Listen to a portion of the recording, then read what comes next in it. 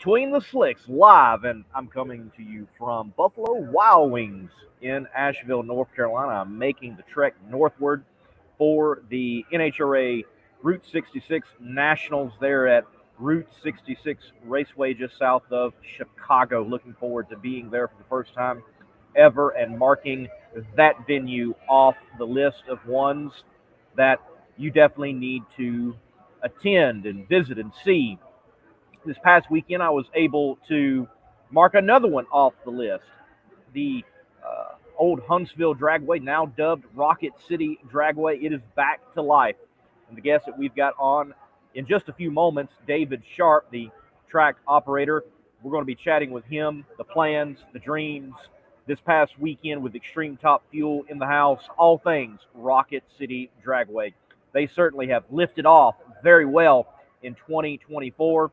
And I know they have plans to get well up in the atmosphere of drag racing in that track and facility and events and what it means for the community. So looking forward to talking to David right here on Between the Slicks. As you roll in, hit the like button, hit the share button, dive into the comment section, the questions that you may have for myself or David as we talk all things drag racing right here on Between the Slicks. That action that took place this past weekend, you can see it on the Monday Morning Racer YouTube channel, Extreme Top Fuel in Bama, is what I titled it, brought to you by Dove Fuels.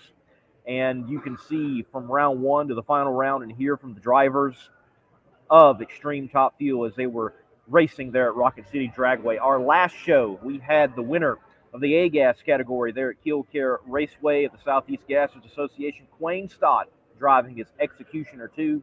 We were able to chat with him and get his take on how he got it done. Not being the quickest and the fastest, but the one with the most wit, very possibly, on the starting line and in driving prowess to get the win light. Do want to say thank you to McKinny Corp. The show is brought to you by McKinny Corp. Every time I go to McKinney, I am astounded at what I see that is fabrication that is certainly tremendous, but also the simple fab pieces that go well beyond funny cars and well beyond top fuels. Dragsters, I think of, well, brake pedals, for example. McKinny Corp makes a lot of brake pedals that you're going to find on, well, not just brakes, but clutch pedals as well throughout the world of drag racing and beyond. Very simply, they're punched there at McKinny Corp, then they're put on the brake and bent. They're thrown in the media to get smoothed out, and this is what they look like towards the end. Everything done in-house, and you can go from car to car in the drag racing scene and find these pedals, as well as many other products and pieces that are produced at McKinny Corp. For all your fab solutions, you certainly need to reach out to McKinny Corp, from your Top Fuel dragster even to your bracket car. We're going to transition now and get Mr. David Sharp on, chat with him about Rocket City Dragway. Very thankful to Pete Dove in supporting the coverage of Extreme Top Fuel there at Rocket City Dragway. A word on Dove Fuels, and then Mr. Sharp. Fly right in your motorsports endeavors with products and services from Dove Fuels. Pete Dove is the owner of Dove Fuels. He is a racer himself in a nitro-methane burning fuel-altered dubbed Back from the Ashes. He races with Driven Racing Oils, which produces a 70-weight nitro oil, but that is not all they make. They make applications for you on the oval track, whether that's dirt or asphalt, and for even you, the bracket racer, on the drag strip. And if you need nitromethane, Pete Dove at Dove Fuels is the one to call for a drum or even supplying for an entire series, as he is the official supplier of nitro for Nitro Chaos. If it's nitromethane or Driven Racing Oils, you need to contact Dove Fuels. Gentle name, Hardcore Products. David Sharp, welcome to Between the Slicks. Been looking forward to chatting with you because what a tremendous event you all had with Extreme Top Fuel in the house, and got some good bones there at Rocket City Dragway to, well, rocket on into the future with. Yeah, just the word we've been using for the last week here is just wow. I mean, just an incredible show. You mentioned when you're coming on. First of all, you win. You probably got the coolest podcast name out there between the slicks. I love it. And you talk about some of the partners that you've got there. Pete Dove arrived here really early, one of the first people on the lot there Thursday, and got a good time to spend some quality time with him. And then Murph McKinney, what a great success story from USA made products. Probably the longevity he's had in our sport from growing. The fuel classes, whether it's funny car, top fuel, and you talked about all the parts that are applicable in Pro Mod, Pro Stocks, and just your everyday bracket car. So, just great for you to be partnered with them. And, as you segue into kind of what we're trying to do here at Rocket City Dragway, when you put on an event like Extreme Top Fuels, I can't do that by myself either. And I've got some great partners. I mentioned to you last week, having Case International Harvester and also AgriPower, H&R AgriPower out of Tanner, Alabama. We've been trying to find synergies. It's maybe a little outside of the automotive industry. And when you think of Huntsville, Alabama, you saw a lot of the rural landscape around the track. Nothing fits better than that than, some agricultural equipment, and most of the people around here have large acreage, and, you need those zero turns and those farm implements. And they've just been a great partner with us, helping us along this journey to bring those things. And, companies like LB Trailers, and we've got one of our nonstop, one-stop shops here. We call them Busters, but Busters has everything from bait and tackle to tools to pawn shop. And they were able to be here along with one of our new sponsors, Hornbuckle Detailing, that does a lot of the high-end vehicles and, can bring your car back to new. And we just got reached by Window World, who wants to get with us on our next event here coming up when we start doing some of the Thunder and Fire events. But, having you on board here and attending this event, I took this track over in November of 2023. So we had really a short window to kind of get this thing turned around after it'd been down for a period of time. And, what you're doing for us, people like Wes Buck at Drag Illustrated, joining IHRA as a sanctioning body. This is just a foundation we're trying to lay here to bring North Alabama racing back to a premier facility. Well, you are certainly well underway, and that area is known for drag racing. I know, listening to shows and hearing from you, the history of drag racing. My dad was involved with Gene Cromer, his crew chief, and the Moonlighter Willis out of the Carolinas. And, just outstanding, yeah. Yeah, and Huntsville, Alabama was an area that he talked about. That was a place they would go race. And like you went into that area and you stomped on those grounds, especially if you were an East Coast racer. If you were East Coast racer, especially in the gasser worlds, the cool thing about North Alabama is we've got about 9 tracks that's within 100 miles of one another. Back in the day, you could race 5 of those 7 days, and those gasser days were strong. And we're trying to get the pictures and all that stuff printed up and start hanging those posters up, because those really, we were fortunate enough to have 5 or 6 of what I call the OGs that were able to attend the fuel event. And, I made sure they had up close and personal seats, and they were just ecstatic about, what the top fuel and the Pro Stock guys were able to do here.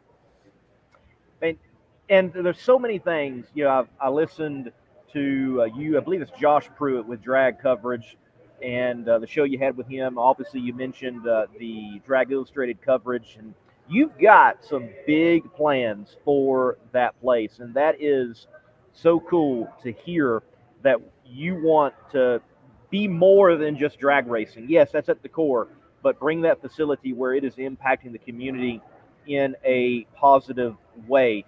How did it begin, though?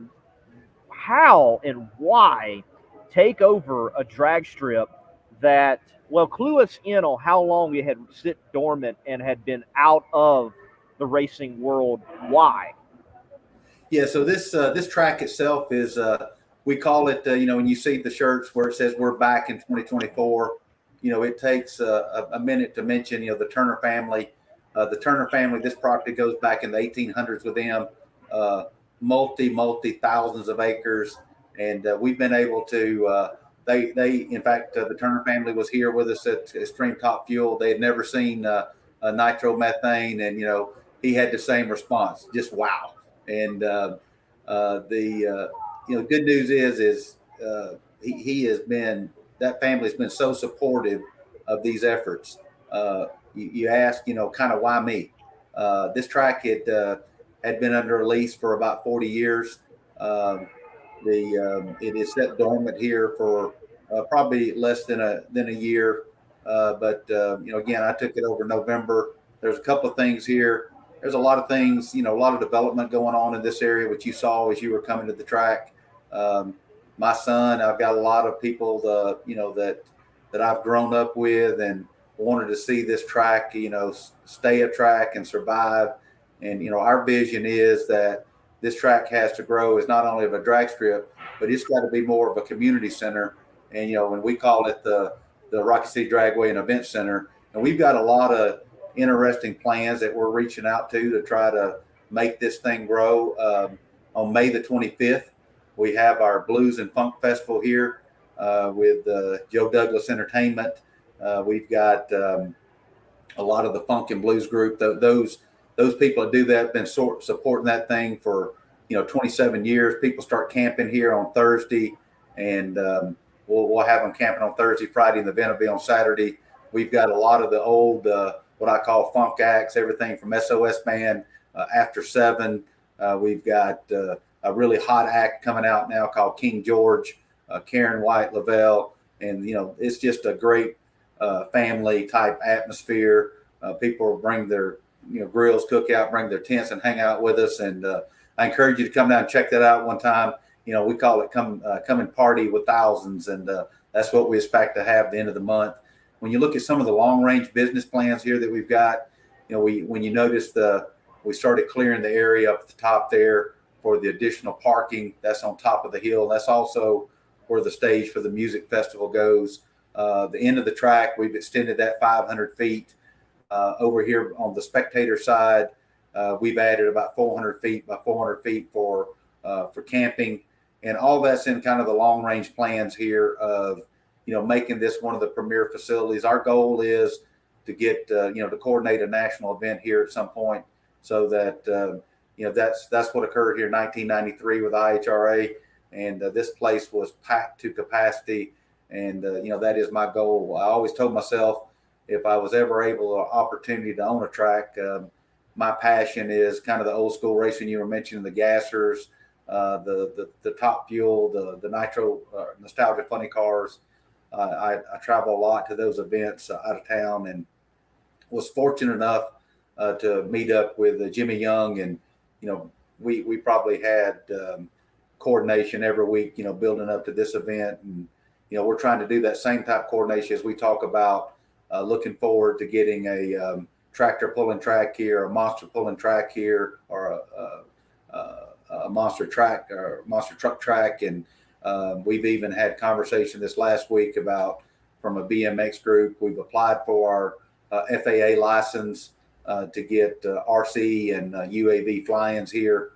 We've got the space to do the really large airplanes and that type of thing. And really what it's about is just trying to get back to the community, and the community have kind of that one-stop shop to go do a lot of different things. When we've got 105 acres here now, so there's a lot of diversification and a lot of things you can do with 105 acres when you kind of think outside the box. You are absolutely correct. I love hearing tracks doing exactly what you're talking about.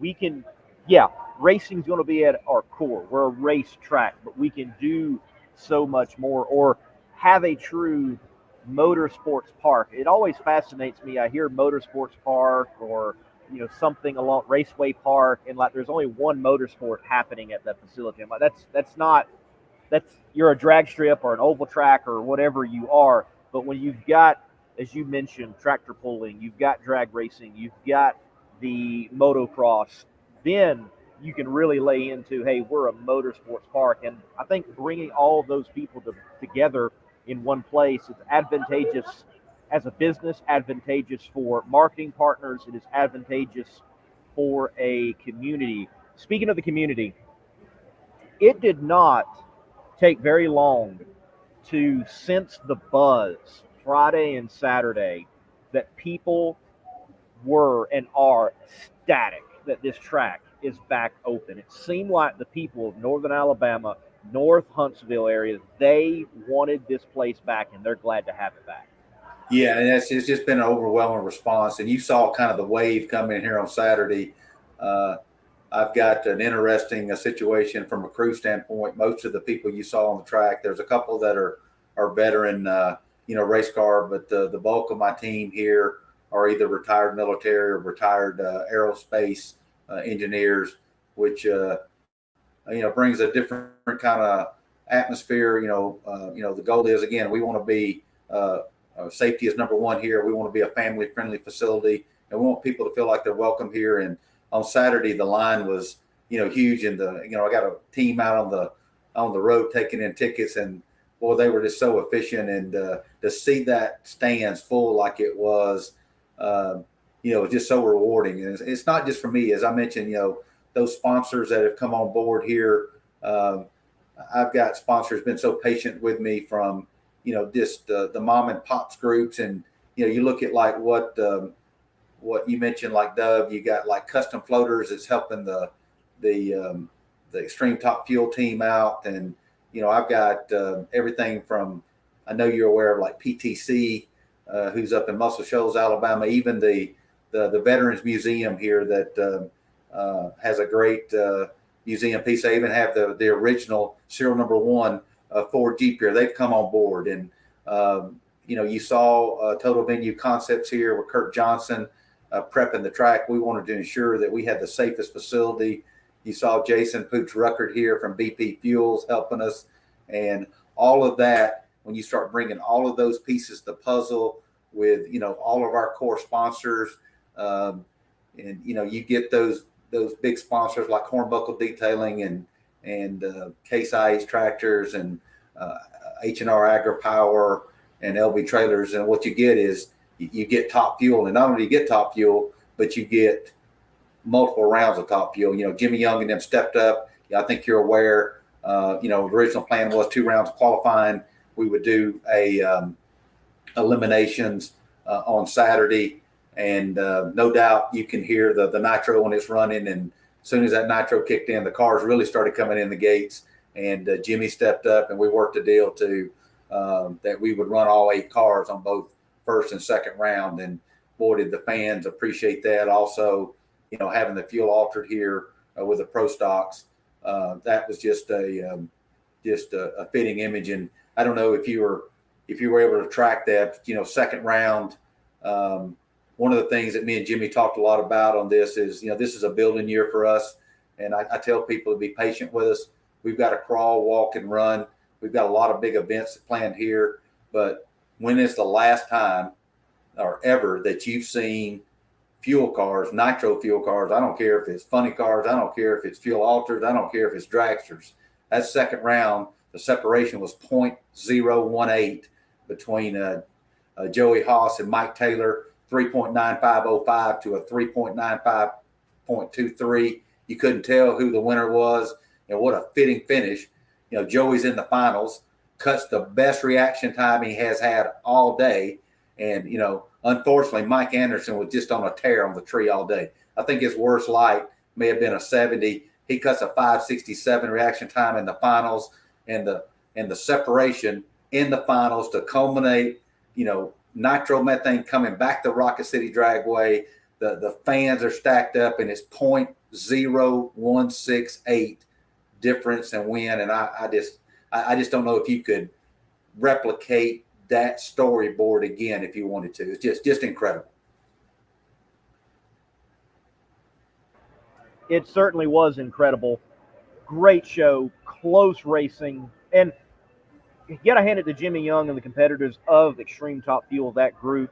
Sometimes the front engine dragster guys, they have on them a reputation of oiling the track and not close racing, and you got some not making it down. They made it down. They didn't oil the track. They put on a tremendous show from first round to the final round, and I'm so glad that I was there to capture it. It's on the channel. People can see it. What a good show it was. Of note, I've got to say the angle of the grandstands, one of the better angles of grandstands I have ever been in for filming and viewing a drag race. It's got Not a bad seat in the house. I'm glad you bring it. I'm glad you bring it up, Lee, because one of the selling points, and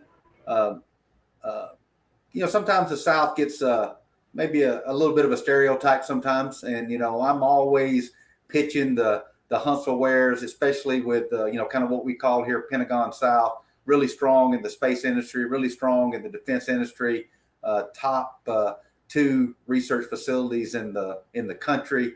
And we're very proud of what we're doing there. And when I was pitching this to Jimmy, Stream Top Fuel, Chaos, those other events, when you see West Coast, whether it's March Meet or Hot Rod Union, they're a quarter-mile facility. And the thing that I pitch about Huntsville, Alabama, one, that's a concrete facility, and people forget about us. It was one of the fastest facilities in the country. And after Kurt Johnson got through with this and Pooch, it was fast. I mean, that was the best that track has been in many years. It looked like just a fine sheet of rubber out there, and every single car went down the track. You think about what you just said. Over 40 nitro burning cars went down the track. Not a single one of them threw oil out of it. Not a single one of them broke the engine going down the track. Not a single one of them bumped the guardrail. It was just, incredible competitive action. And that's what, in our 40 or 50 conversation that me and Jimmy had was, we got to make this thing where these cars go A to B, and boy, did they deliver. I mean, just in the most shocking thing to me is we are very arrogant about our Southern culture and what we call, our policy is it doesn't cost anything to be nice to people. It doesn't cost anything to be on time, and it doesn't cost anything to work hard. And that's kind of, when you wrap up the South, that's kind of the way we view ourselves. And we're all about Southern hospitality. We did this junior crew member thing here where we had participants win.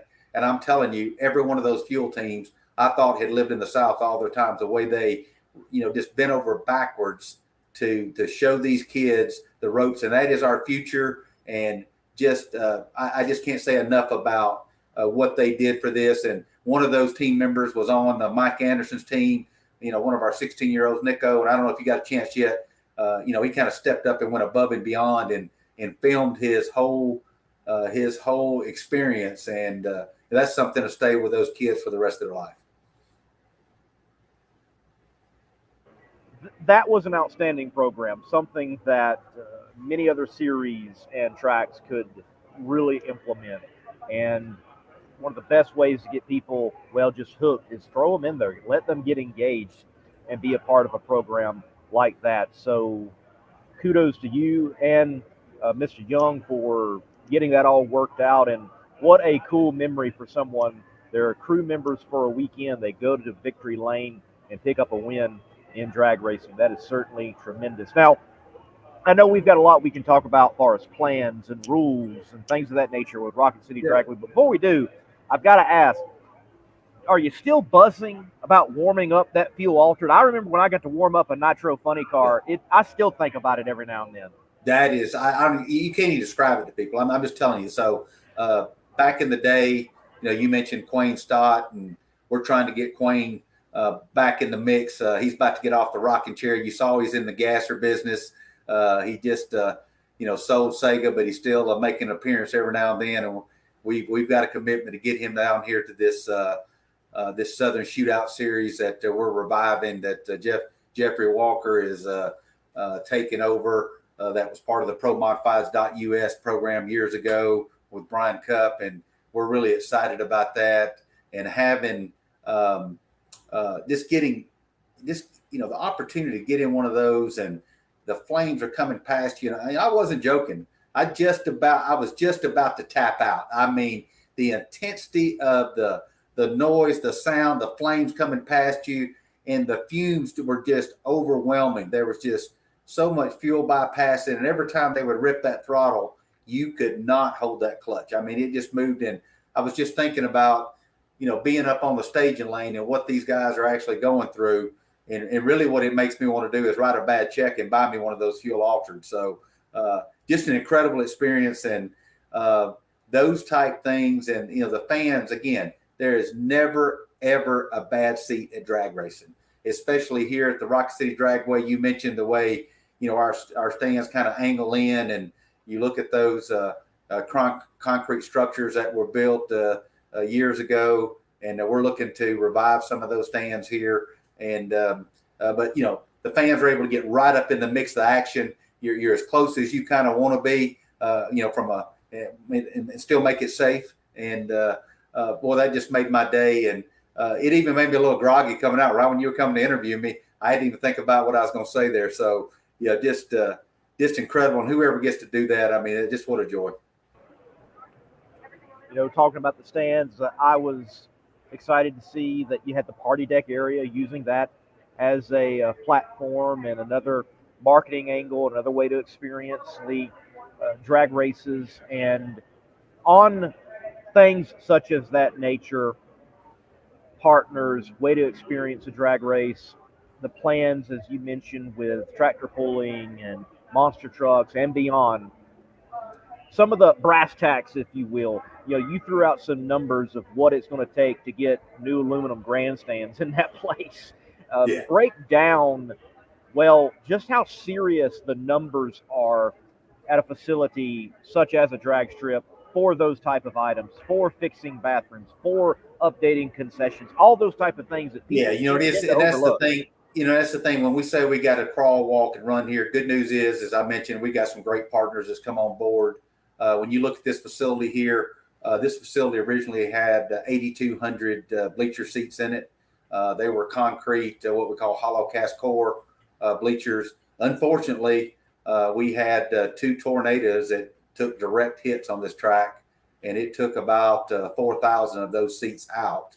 We've been looking at different opportunities to bring those seats back. The ironic thing is Dove Fuels rolls in on Thursday, and we actually had a tornado that touched down in Huntsville about 10 miles from here. So it got really kind of nervous, a little antsy here at the track, and people were wanting to stay, and we had to go find them hotel rooms for that Thursday night. But the Lord works in mysterious ways, and you just couldn't ask for better weather on Friday, Saturday, and Sunday that we had here, and we're appreciative of that. But you start talking about the cost.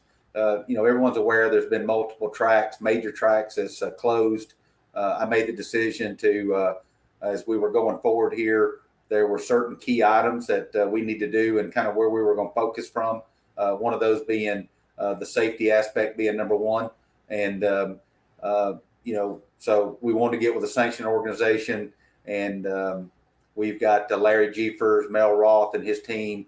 We're in Division 8. We've got Cody. We're going to have we signed up with the IHRA and that, and just what a great history. And I would encourage you, if you get an opportunity, to get Larry and Mel on your podcast. He's got some great visions for IHRA, and he stepped up to bring this thing along, and he's got a vision for it too. And I'm even trying to twist his arm and get the old Pro Mod bus out of the garage and get it up here as well. But when you start talking cost, that is the really pivotal thing here on drag racing. Insurance is a big thing.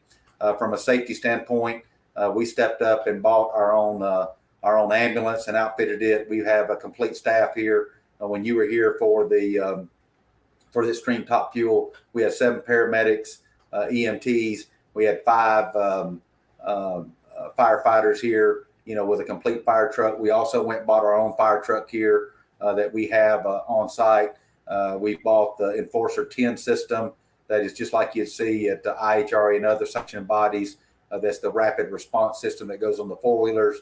And on top of that, we brought the aircraft foaming system. So again, so that the racers, no matter what speed that they're going at here, some of these drag radial cars are, running 340s and so on now in the 1/8 mile. Henceforth, the reason we extended the track that additional 500 feet. Pro Mod racing and drag radial action is kind of the core of what our fans really like in the South, and we're growing to that. But when you start talking about bleachers, and we just replaced most of the the concession equipment. We've got plans. We just bought all new bathroom stalls for the bleacher, for underneath the bleachers and the tower activity to have handicap accessible and having those items.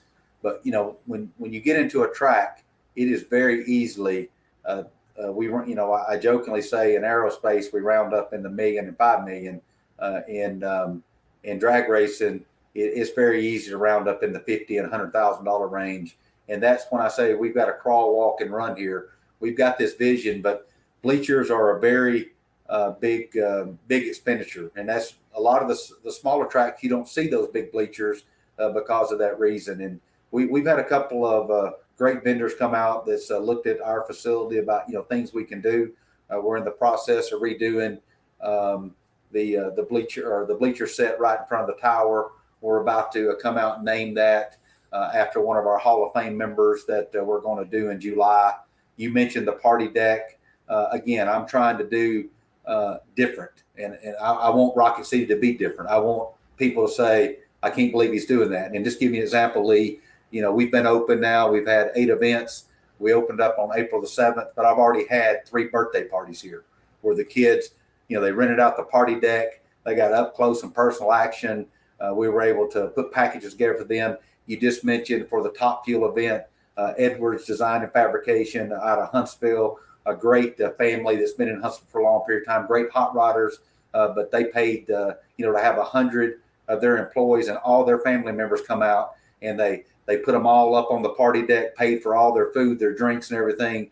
And, I'll just tell you, probably 90% of those employees would not have probably come out because they had never experienced that. But, we made some lifelong fans with that activity, and we've done that. Service Steel did that with us as well on Friday night.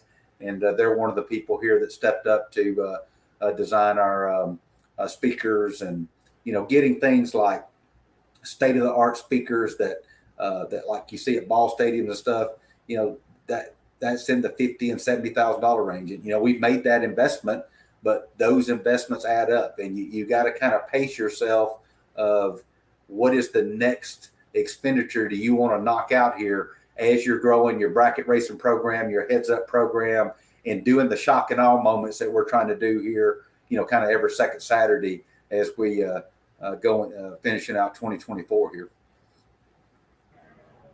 Well, thank you for giving us that rundown. I think so many times people are like, just the track should do this. And it's like, it costs, and it's more than you think, and it takes time. But you all are certainly putting forth the effort. You've got the buzz behind you. You've got partners coming on board. So I know with the vision and the enthusiasm you've got, your team's got, you certainly are going to be marking things off the list. Speaking of the list, some interesting rules for Rocket City Dragway, suggestions possibly. And, I heard in the interview you had with Josh Pruitt, Drag Coverage, going over some of those. I like some of these ideas, and I think it is important that the racing community, they're proactive and keep the community on the good side. Don't try to fight them when you're on their bad side. Yeah, you're spot on. And one of the things, you saw the big race that Wes and the team put up there, 341 miles an hour at Bradenton with a funny car. And, there's some development activity going with them. And between the management team there and, Cletus and what they're doing from their circle track, there's some challenges. And, as I mentioned, in previous podcast, I can take the approach and say that we've been here since 1961 and we're going to do things the way we want to do. But that doesn't benefit anybody here. When I mentioned about safety, the number 2 thing is we got to be better neighbors. We got to look at what the community's doing. And again, we talked about what we can do for the community from providing this facility for different opportunities, whether it's a music festival, whether it's a BMX, we just talked to a group about doing a 10-speed race here where they travel out throughout the roadways here and finish back here. We talked about using this we've got our thing we call Fundy Sunday, where it's test and tune, that we're going to let the kids bring their go-karts and mini bikes out here and use our grass area to kind of ride. So, and those type things is what you build relationships with. I've reached out to our community around, a lot of people that live close by, and found out, kind of what are some of the things that we've done in the past that, may have either, irritated a neighbor or maybe, things that we could improve on. And, I've got that laundry list. And there's some of those things that I've asked the racers, is we need to be more efficient. We need to finish in a timely fashion. We need to do things that allow the fans to see this great spectacle racing we're doing in a compact form. And we have a vision to get there. You mentioned, some of the rules we've got. I got some pushback on those. I didn't personally write all those rules, but I did approve all of them. And those rules are driven to not only my asking myself as a track director and promoter to look at this differently.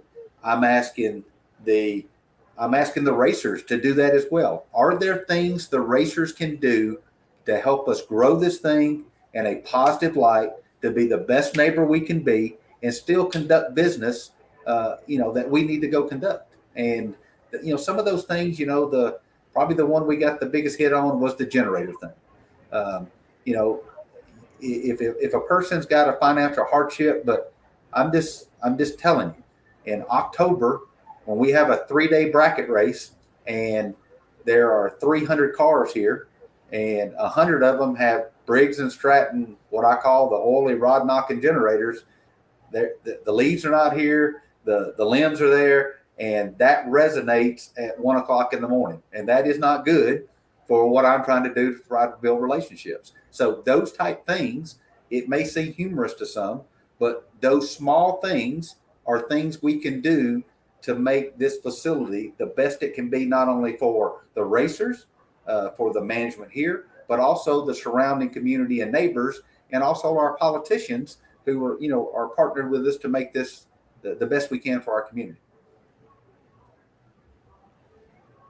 Well, thank you for those efforts. Again, I think tracks definitely need to be proactive instead of reactive. They need to take that stance. It's a far easier place to champion from than behind and in the ditch of negativity. So thank you for that.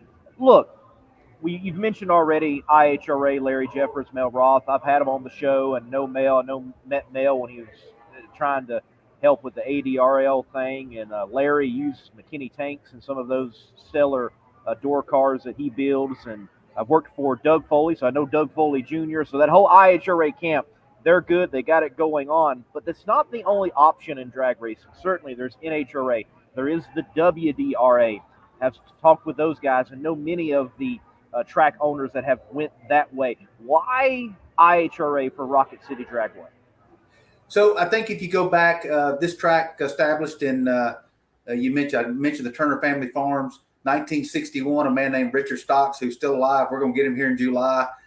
He had the vision to get with the Turner family and work a deal out. And, basically he put the investment in, probably a $40,000 investment in 1961. And he had people here that a car club called the Coachman Car Club that stepped up and kind of did the running of the track. And he kind of put the mindset and the work in to run the concession stand and bring the people to the track. And that kicked off in 61.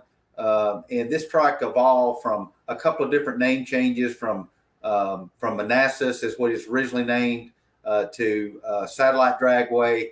And then it went to Madison County Dragway. Madison County at that time, that track, it ran a quarter mile originally, and then it got reduced to 1,000 foot. In the southern area, 1,000 foot was really popular. And then bracket racing come along. And to have bracket racing, you really had to have the Klondike system. And a man by the name of Rick Yeoman, who's one of the advisors here to me at the track, he had the vision to get with the Larry Carrier and Jones to get this thing IHRA. That happened around 1980, and that allowed the stagger start, and basically anybody could participate in bracket racing.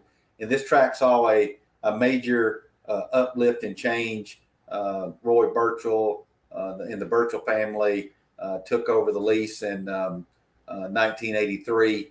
And that was the driving force of not only funding, but the vision. And Roy was very successful in the Kentucky Fried Chicken franchise business. And he took that same drive he had in the fried chicken business and really kind of implemented it here. And that's where the concrete track came from. He built off what Rick Yeoman had done, putting real guardrails up, having a real timing system, started with grandstands, and Roy had the vision to even make that bigger. And his goal was to have a national event here, which he was successful doing in '93.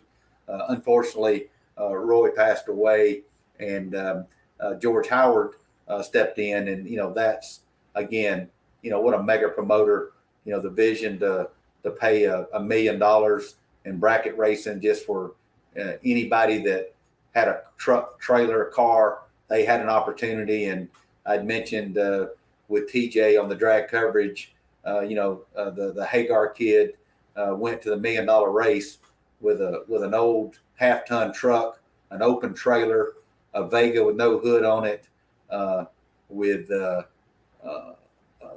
sleeping in his tent outside. I think he borrowed the money to even get into it, and he wins. He wins the big money. So that's kind of the vision I think George had here. But IHRA, early on, I did try to pro mod race a little bit with a good friend of mine.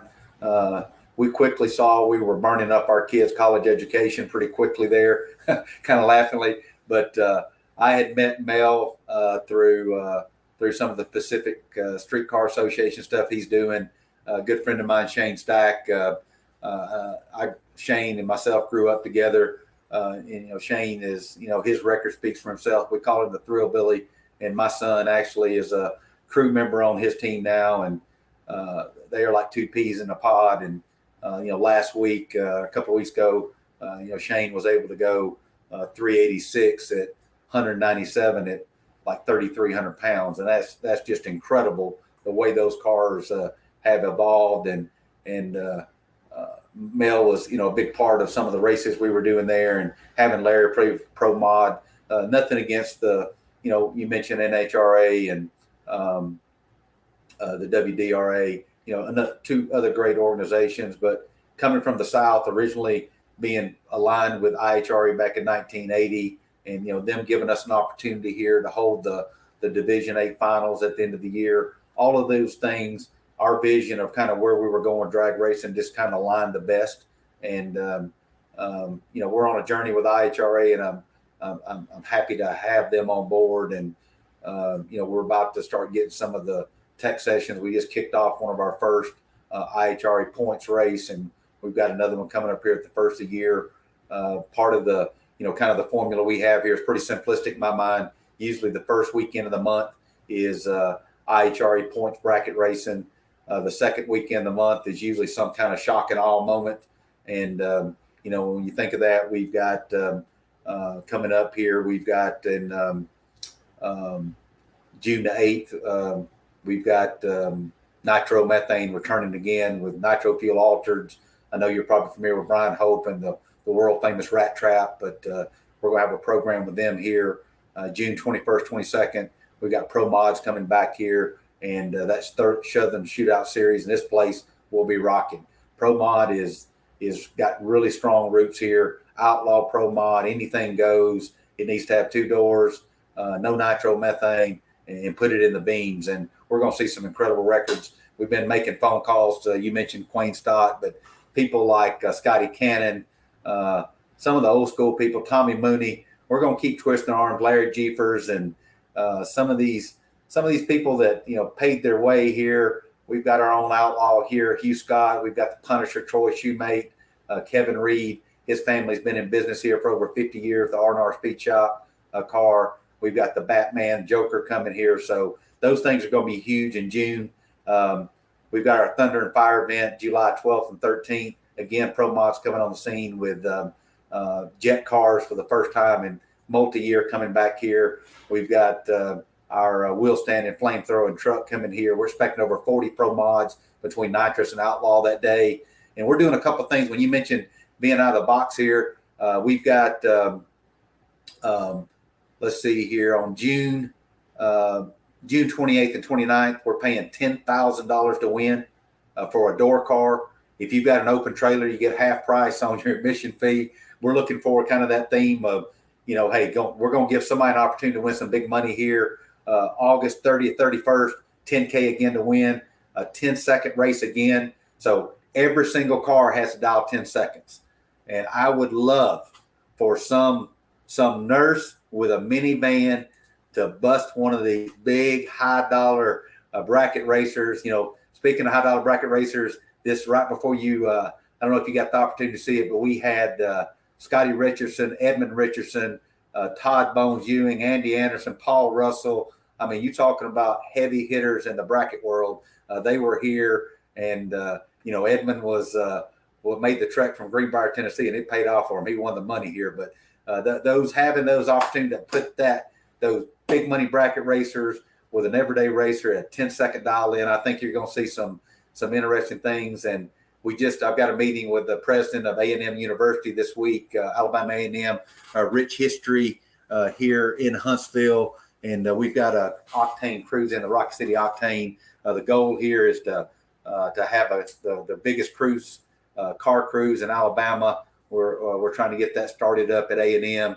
Cruise over the track, let all the street cars race. Our goal is 500 cars in a parade line, and then on the August the 10th, we're going to have a car show with the Rocket City Octane team at the Von Braun Civic Center, and then that night we'll have everybody racing. So you're asking about this vision. My brain's just constantly turning that nerdy kind of aerospace thing, and I keep wanting to pile more stuff in here, and having IHRA a part of that and on board, and every time I come up with a crazy idea, Mel says he loves it. So we're even looking at a drag and drive event to get here, and again, it's build the foundation. What Jimmy Young and the Top Fuel team and the Pro Stock team allowed us to do, and we just want to keep progressing in that in our crawl walk mentality, and then at some point we're going to start running.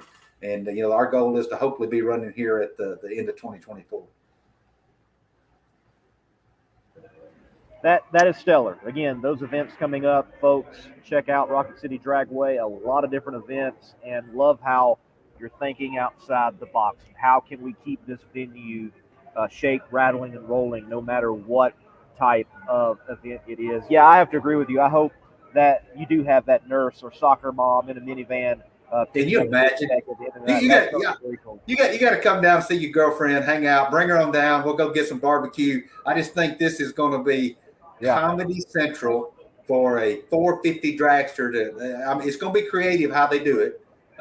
We're not allowing electronics to manipulate the pass going down the track, so it's going to be interesting with the mechanical stops, the carburation, the injection, what they do to get there. I think it's going to be incredible.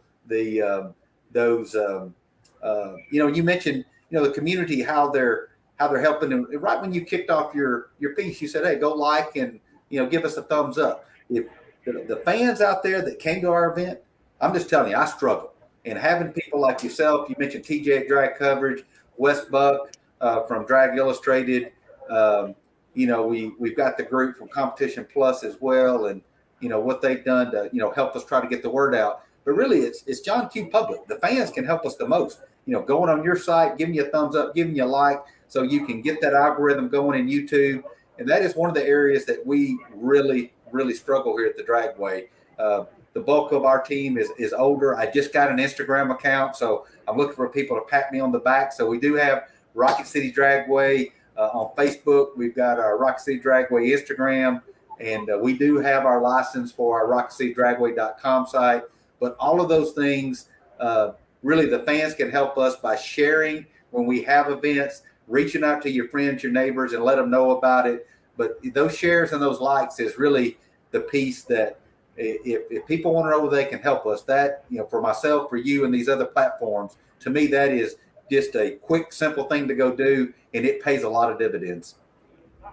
It certainly does. People do not realize what trips the algorithm, especially in a situation such as Facebook, is like it, comment on it, and share. You get those three, the algorithm's like, hey, something's happening here. This must be a hot topic. So If you want to help out Monday Morning Racer, you want to help out Rocket City Dragway, it can be that simple. Like, comment, share.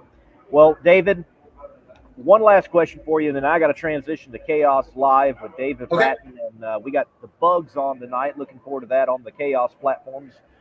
You mentioned all these different names. It is interesting that tracks, it seems like they have their inception, they have one name, or either they go through a myriad of names. And that has certainly been the case with Rocket City Dragway. I imagine that Satellite was leaning into that Cold War, chasing the stars type of time. Yeah, you're spot on. Exactly. But That's what it was about. Yeah. I love Rocket City Dragway. I have drove through Huntsville one time, and dominating the skyline is that rocket. And I love how y'all pulled that theme. That 300-foot rocket, when you come into Huntsville, Alabama, you can't miss it. And our foundation with Werner von Braun, from the space industry and what we're doing there, we've got the new launch coming up, new launch vehicles being developed in Huntsville with the Boeing company and what they're doing there. But when you think of defense of our great country and our allies, a bulk of that is done right here in Huntsville, Alabama. And what that has done for our city to grow it by leaps and bounds, we're rated as one of the top 3 places in the United States, not state, United States, top 3 places to live for like 4 years running in the United States. And we're very proud of that. And, again, this Southern hospitality feel with this technology overlay and, changing the name to Rocket City Dragway and paying homage to that. And just like you said, blasting back in 2024 and, our marketing partners and, people that's come on board, they just have just, it's like a magnet to the name. And, we're even got plans to try to get a mock rocket built up here, but we've got a lot of compliments on that. And, I'm the voice in the face because I'm the track director, but I just can't say enough about the volunteers that have stepped up here and what people like yourself, Lee, and the other media groups are doing for us. And I've had probably 5 track days out here with 40 or more people that have come out here, from everything just helping us clean the place up to painting and construction work. And again, we're not at the finish line yet, but those people that have stepped up and said, hey, I'm going to do that. You mentioned the party deck activity there with the Edwards group. They made the notification to us over the weekend. They just bought us a 60-foot flag that's going right in the middle of the track there. And, you look at the flag there that's on that rocket as you come in on the flagpole. We're going to replicate that here. So when you have the drone footage, being part of the USA and the strong military backing we have here, just aligns with that. And, really appreciate the Edwards group allowing us to. You can see the flag kind of flying in the background there. But the new one we're going to have is 5 times that size. You kind of look at this cool thing that I don't know if you got a chance to see this. I'm going to kind of bring it to the camera here. But the Extreme Top Fuel guys, this was the plaque they give me. And it is all 3D kind of laser cut, and just very appreciative of them coming here and what they've done to build, start build and grow this thing. And, just, again, what I told you when we started this out, just wow. And I'm just overwhelmed. And I just can't thank our fans, the racers that's been coming here from day one, even if it's a Sunday fun day, and the volunteers that have put the blood, sweat, and tears in here, this countless hours to get this thing just where it is today. So, that's I just can't thank those people enough. Well, we can certainly say that all the burners are lit on Rocket City Dragway, and the sky is the limit. David, keep up the good work. Thank you for your time on the show, and I certainly look forward to my next venture down there to Huntsville. I got your ticket here, June 21st, 22nd. I got Pro Mods Outlaw. I'm going to talk Quayne into coming. June the 8th, we got Nitro Fuel Alters. Your ticket's always at will call. You come see me, Lee. All right. Thank you, David. Have a good night. Thank you. Folks, that was David Sharp, track director for Rocket City Dragway. If you want to see the action from Rocket City Dragway with extreme top fuel on the premises, rocketing down that drag strip, you can see it on the Monday Morning Racer YouTube channel. And you've also seen Michael Anderson has been chiming in. He's the one that won the event at Extreme Top Fuel. I haven't got the promo material worked up yet, but we're going to have him on tomorrow night right here on Between the Slicks and talk to the first winner of the 2024 season for Extreme Top Fuel, the West Hustler team of Michael Anderson and the boys. Thank you all for watching Between the Slicks. I've got to switch over to the Chaos brand for Chaos Live. We've got the Bugs edition tonight with Bonnie Lawson, Amy Gieslin, and also Miss Smith. It's name escapes. Emily. Yes, there we go. We're going to have those ladies on with Backup Girls Official. Looking forward to chatting with them as your host of Chaos Live. David Ratton, the voice of Chaos, will be leading the way. Thank you all for watching. Hit the like button, hit the share button. Come back tomorrow night as we talk to Michael Anderson, the winner of Extreme Top Fuel at Rocket City Dragway, here on Between the Slicks. Thank you. God bless, and keep the pedal to the metal. McKinny Motorsports is your #1 source for all your chassis needs. McKinny Motorsports is the leading chassis parts supplier and fabricator in nitro drag racing. From custom tanks and fittings, full chassis builds, body mounts, steering components, fasteners, tabs, clamps, composite parts, and much more. Our household name in the racing world guarantees added performance on the track. Join our list of proven winners that spans over 50 years of racing experience.